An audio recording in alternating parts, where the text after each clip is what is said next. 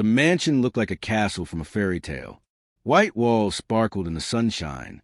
The gardens bloomed with roses so red they looked like rubies. Every window shined without a single smudge. Every floor gleamed like a mirror. Everything was perfect, but perfection has a price, and someone always has to pay it. Amara's stomach made a sound like an angry cat. She pressed her hand against her belly and kept scrubbing the marble floor. Her knees hurt. Her back ached. Her head felt light and dizzy, like she was floating in a bad dream. 2 days. It had been 2 whole days since she'd eaten real food. Keep working, she whispered to herself. Just keep working. The smell of breakfast drifted from the kitchen. Bacon, eggs, fresh bread with butter melting on top. Amara's mouth filled with water. Her stomach twisted and growled again, louder this time. She closed her eyes and tried not to think about food. But how do you not think about food when you're starving? Amara, Mrs. Whitmore's voice cut through the air like a knife. Why are you moving so slowly? This floor should be done by now. Amara looked up. Mrs. Whitmore stood at the top of the stairs, wearing a dress that probably cost more than Amara earned a year. Her face was cold, like a beautiful statue made of ice. I'm sorry, ma'am, Amara said quietly. I'll work faster. You should be grateful you have this job, Mrs. Whitmore said, walking down the stairs. Her heels clicked on the marble. Click, click, click, like a ticking clock. Do you know how many people would love to work in a home like this? Yes, ma'am. Then act like it. Mrs. Whitmore's eyes narrowed. And remember the rules. The food in this house is for the family, not for the help. Do you understand? Amara's heart sank. Yes, ma'am. Good. Because if I catch anyone stealing from our kitchen, they'll be out on the street before sunset. Mrs. Whitmore walked away, leaving behind the smell of expensive perfume. Amara went back to scrubbing. Her hands shook. Her vision got blurry around the edges. The rule had always been clear. Servants do not touch the family's food. Not a crumb, not a sip, not even the leftovers that would go in the trash. Mrs. Whitmore said it was about standards and knowing your place. But what Amara knew was this. Her stomach felt like it was eating itself from the inside. She thought about her daughter, little Maria, back in their village. Maria was sick, very sick. The doctor said she needed medicine, expensive medicine. That's why Amara sent every penny she earned back home. Every single penny. Even the money she should use to buy her own food. For Maria, she whispered, scrubbing harder. It's all for Maria. The other servants felt sorry for her, but they were too scared to help. Mrs. Whitmore had eyes everywhere. Last month, she'd fired a cook for giving day-old bread to a gardener. The cook had a family to feed. Mrs. Whitmore didn't care. Standards must be maintained, she'd said, throwing the cook out. Now everyone was too afraid to share even an apple core. By afternoon, Amara's legs felt like they were made of water. She was dusting the library when the room started spinning. She grabbed the bookshelf to steady herself. Not now, she begged her body. Please, not now. But her body wasn't listening anymore. She stumbled toward the kitchen, thinking maybe, just maybe, she could sneak a piece of bread. Just one piece. Mrs. Whitmore was out shopping. No one would know. But when she reached the kitchen door, she heard voices inside. The other servants were having their lunch. Food they brought from home or bought with their own money. Food Mrs. Whitmore allowed them to eat, as long as it wasn't from the family's pantry. Amara had no food from home, no money to buy any. She'd sent it all to Maria. She turned away from the kitchen and walked outside instead. The fresh air might help. Maybe the dizziness would pass. The garden stretched out before her like a green ocean. The grass was so perfectly cut, so beautifully green. Amara walked between the rose bushes, past a fountain where water danced in the sunlight. Her legs gave out. She fell to her knees on the soft grass. The world tilted and swayed. Black spots danced in front of her eyes. Her stomach cramped so badly she doubled over, gasping. I can't, she sobbed. I can't do this anymore. That's when she looked down at the grass beneath her hands.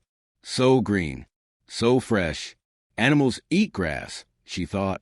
Maybe it would help, just until she got paid next week, just to stop the terrible aching in her belly. Her hands shook as she pulled up a handful of grass. Tears rolled down her cheeks. This was wrong. This was desperate and sad and wrong. But she was so hungry. So very, very hungry. Amara brought the grass to her mouth. It tasted bitter and earthy. She chewed and cried, her tears falling like rain onto the perfect lawn. She didn't hear the footsteps behind her. She didn't see the shadow that fell across the grass. "What are you doing?" The voice made her freeze. Deep, shocked, horrified, Amara looked up through her tears and saw him, Mr. Whitmore, the billionaire himself, the man who owned everything, the mansion, the gardens, the cars, the companies, the man who owned her life. And he was staring at her with wide eyes, watching her eat grass like an animal. Amara's heart stopped. This was the end. She would be fired, thrown out, and Maria would die without her medicine. "I'm sorry," she whispered, grass still in her hands. "I'm so sorry." Mr. Whitmore stood frozen, his face pale as snow. For a long moment, he said nothing. Then he knelt down beside her in his expensive suit, right there on the grass, and asked a question that would change everything. "Why? Why?" That single word hung in the air like a bird frozen in flight. Amara couldn't speak. Her throat felt tight. Her whole body shook. The grass fell from her trembling fingers onto the lawn. Mr. Whitmore's face looked different than she'd ever seen it before. Usually, he walked through the mansion like a king, barely noticing the servants. But now his eyes were full of something that looked like pain. "Please," he said softly, "tell me why you're eating grass in my garden." Amara's voice cracked. More tears spilled down her cheeks. "I'm hungry, sir." The words felt like stones falling from her mouth. Heavy, shameful, hungry. Mr. Whitmore looked confused. "But we have a kitchen full of food. We throw away more food each day than most families eat in a week." He paused. "Why didn't you just eat something from the kitchen?" Amara's whole body went cold. This was it.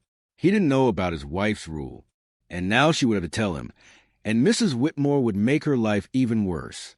I can't, sir," she whispered. "What do you mean you can't?"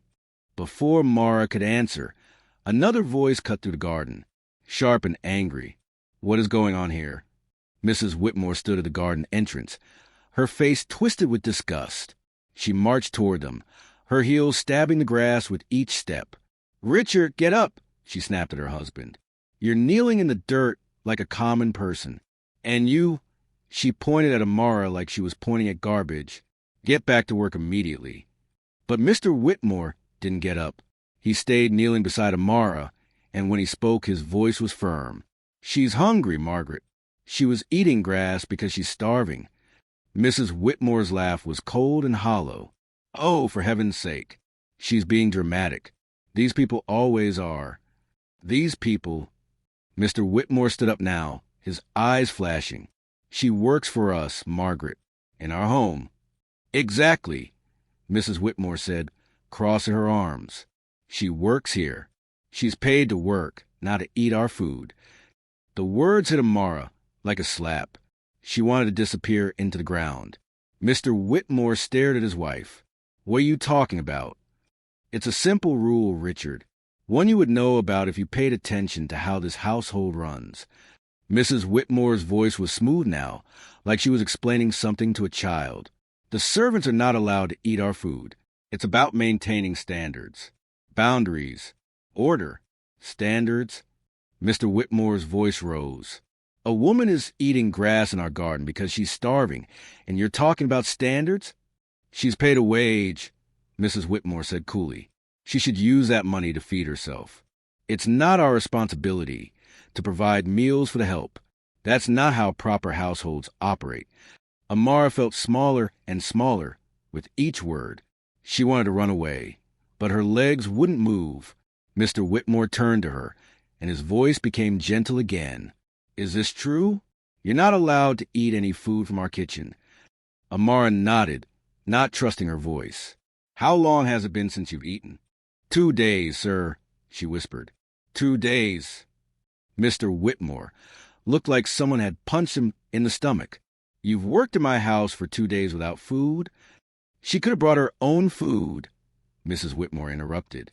"That's what the others do. This is her own fault for poor planning." "I sent my wages home," Amara said suddenly. The words burst out before she could stop them. "My daughter is sick. She needs medicine. I sent all my money to buy her medicine." Silence fell over the garden like a heavy blanket. Mr. Whitmore's eyes glistened. "Your daughter is sick?" Amara nodded, tears flowing freely now. "Maria, she's 7 years old. The doctors say she has an infection in her lungs. Without medicine, she might—" Amara couldn't finish. The thought was too terrible. "So you sent every penny you earned to save your child's life," Mr. Whitmore said slowly. "And you went without food to do it." "Yes, sir." "And no one in this house, my house, gave you anything to eat?" "We're not allowed, sir. Mrs. Whitmore's rules." Mr. Whitmore turned to his wife. His face had changed completely. The gentleness was gone. Now he looked angry, really, truly angry. "You knew about this?" Mrs. Whitmore's perfect face cracked just a little. "I didn't know about her specific situation. But you knew she wasn't eating. You knew the servants go hungry while we throw away plates of food every single day. It's not my job to manage their personal problems," Mrs. Whitmore said defensively. "They're adults. They should—" "They're people." Mr. Whitmore's shout echoed across the garden. Birds flew from the trees. "They're human beings who work in our home, and you've been treating them like... He couldn't even finish. He ran his hands through his hair, looking at his mansion, his beautiful, perfect, expensive mansion, like he was seeing it for the first time, and hating what he saw. "All this wealth," he said quietly. "All this food. All these rooms we never use. Clothes we never wear, cars we never drive. And a woman who keeps our home beautiful is eating grass because she chose to save her dying child instead of feeding herself." He turned back to Amara, and suddenly he was kneeling again, this powerful billionaire, kneeling in the grass in his expensive suit, looking up at her with tears in his eyes. "Forgive me," he said. "Please forgive me." Amara couldn't breathe. The world felt upside down. Rich people didn't apologize to maids. They didn't cry for servants. They didn't kneel in the grass. "You did nothing wrong, sir," she managed to say. "I did everything wrong," he said. "This is my house. My responsibility. I was so busy building my empire that I didn't see what was happening in my own home." He reached into his pocket and pulled out his phone. "What's your daughter's name again?" "Maria, sir." "And where is she?" Amara told him the name of her village, her voice shaking. Mr. Whitmore typed quickly on his phone. "I'm sending money now. For the medicine. For the doctors. For whatever she needs." He looked up at Amara. "Your daughter will have the best care available. I promise you." "Sir, I can't." "Yes, you can. And you will." He stood up, still holding his phone. "And this ends today. Right now. Do you understand, Margaret?" Mrs. Whitmore's face was red. "Richard, you're being ridiculous." "The rule ends today," he said firmly. "Every person who works in this house will be fed. 3 meals a day. The same quality food we eat. And anyone who has a problem with that can leave." He looked at his wife when he said that last part. Mrs. Whitmore's mouth opened and closed like a fish. "You can't be serious." "I've never been more serious in my life." Mr. Whitmore turned back to Amara and held out his hand. "Come, let's get you some real food." Amara took his hand and let him help her to her feet. Her legs wobbled, but he steadied her. "This changes everything," he said quietly, more to himself than to anyone else. "Everything." As they walked toward the mansion, Amara looked back at the grass where she'd been kneeling, at the small bare patch where she'd pulled up handfuls in her desperation. She didn't know it yet, but that small bare patch would become the most important spot in the entire garden, the place where everything changed. The kitchen had never felt so different. Amara sat at the big wooden table, the one where the family ate breakfast, with a plate of food in front of her. Real food, warm bread with butter, scrambled eggs, fresh fruit, a glass of cold milk. Her hands shook as she picked up the fork. "Please eat," Mr. Whitmore said gently. He sat across from her, watching with worried eyes. "Take your time." Amara took a small bite of eggs.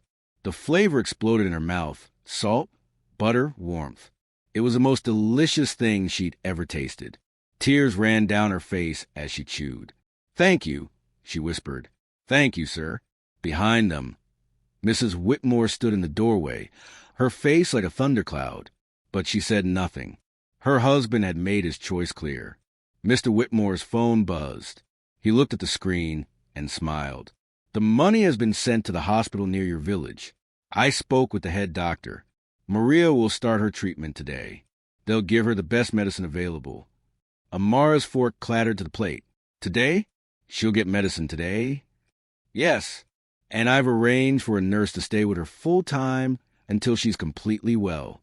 Amara covered her face with her hands and sobbed. Not sad tears this time. These were tears of relief, of hope, of joy so big it couldn't fit inside her chest. "My baby," she cried. "My Maria will be okay." "She will," Mr. Whitmore said firmly. "I give you my word." For several minutes, the only sound was Amara crying and eating, unable to do just one without the other. Finally, Mr. Whitmore spoke again. "I need to ask you something important, and I want you to be honest with me, even if you think I won't like the answer." Amara wiped her eyes. "Yes, sir? Are there other servants who are struggling, who are going hungry or need help?" Amara hesitated. She thought about old Thomas, the gardener, whose hands shook from working in the cold, about young Sarah, the new maid, who wore shoes with holes because she sent money to her brothers in school, about Carlos, the driver, whose mother needed surgery. "Yes, sir," she said quietly. "There are others." Mr. Whitmore nodded slowly, like he'd expected this answer, but hoped he was wrong. "Tell me about them." "All of them." So Amara did. She told him everything. About the long hours without breaks, the harsh punishments for tiny mistakes, the way Mrs. Whitmore made them feel small and worthless. She told him about the fear that hung over the mansion like a dark cloud. With each story, Mr. Whitmore's face grew more troubled. When Amara finished, he was quiet for a long time. "I've been blind," he finally said. "I built this empire, companies, investments, properties, and I thought that was success. I thought providing jobs was enough." He looked around the kitchen at the marble counters and expensive appliances. "But I built my success on the backs of people I never bothered to see, people I never bothered to know." The kitchen had never felt so Amara said softly. Amara sat at a big wooden table. "That's what makes it worse. The one where the family ate breakfast." He stood up and walked to the window, food in front of her, looking out at the garden. "Real food. My father used to say, butter. A man's wealth isn't measured by what he owns, fresh fruit, but by how he treats those who could do nothing for him." Her hands shook as she picked up the fork. "I forgot what actually matters," Mr. Whitmore said. He turned back to Amara. He sat across from her, eyes were clear now, watching with worried eyes.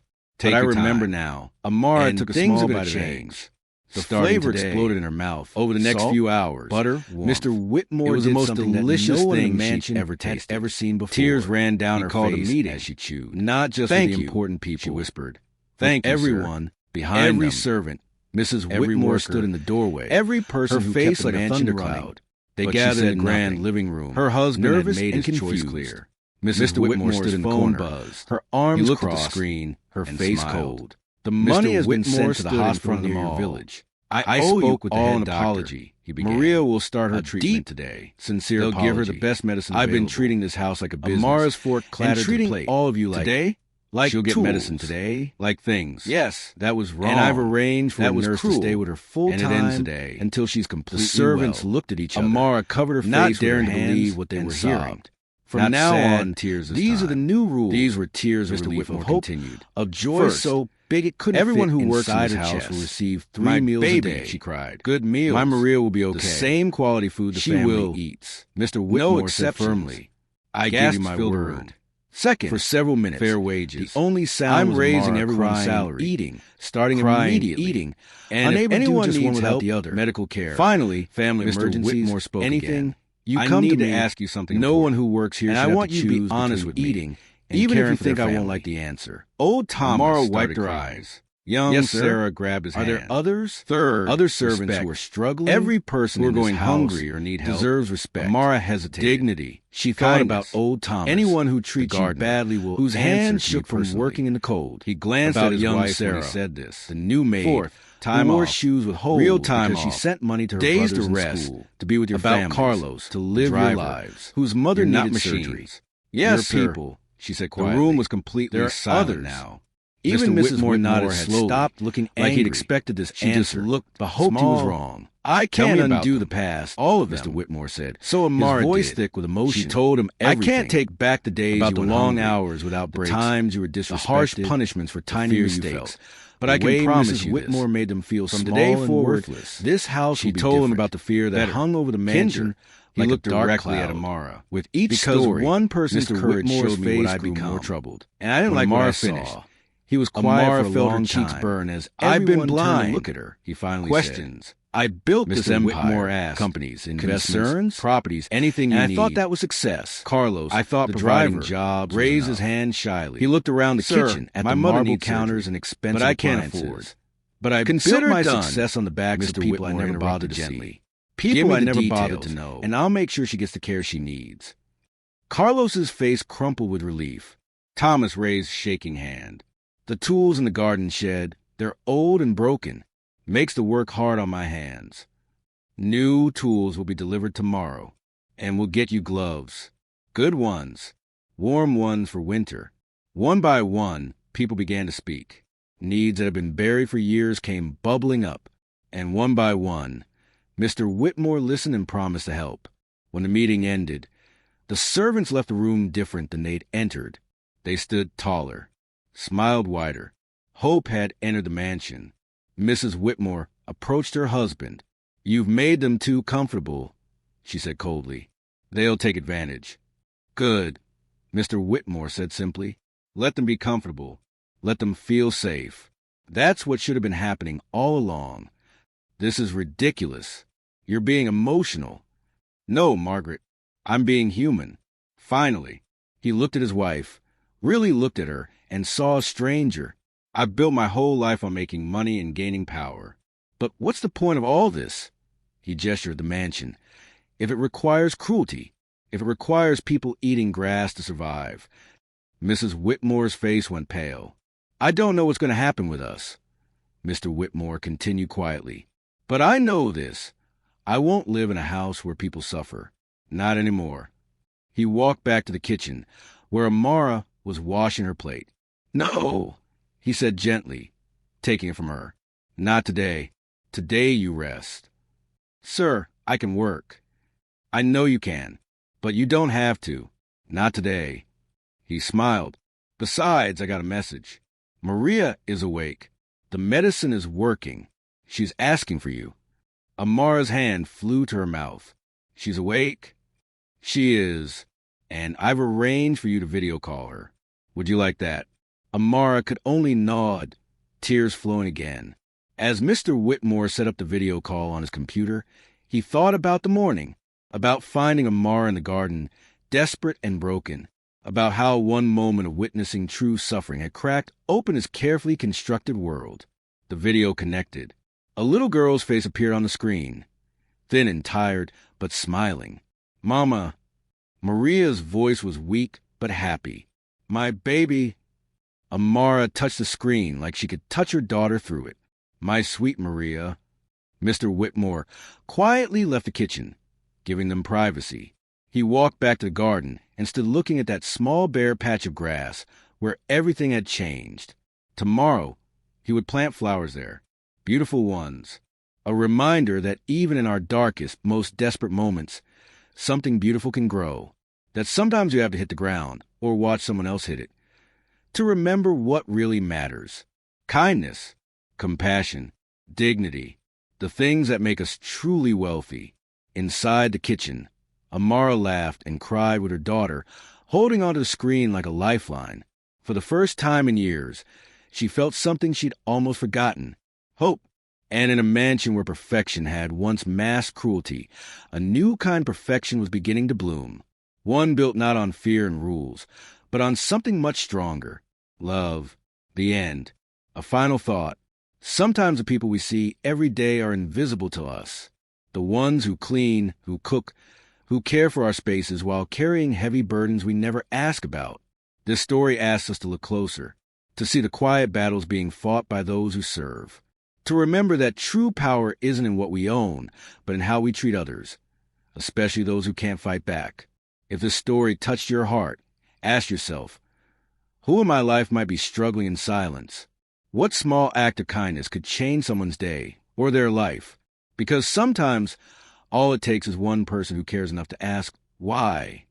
If this story moved you, please like this video. It helps us share more stories that matter. Share this with someone who needs to hear it. Your share could open someone's eyes to the struggles around them. Subscribe and turn on notifications so you never miss our stories of hope, courage, and transformation. Tell us in the comments, what would you do if you were Mr. Whitmore? Have you ever witnessed something that changed your perspective on life? Your engagement helps these important stories reach more hearts. Thank you for being part of our community of compassion. Together, we can make the world a little kinder, one story at a time. Glowing Star.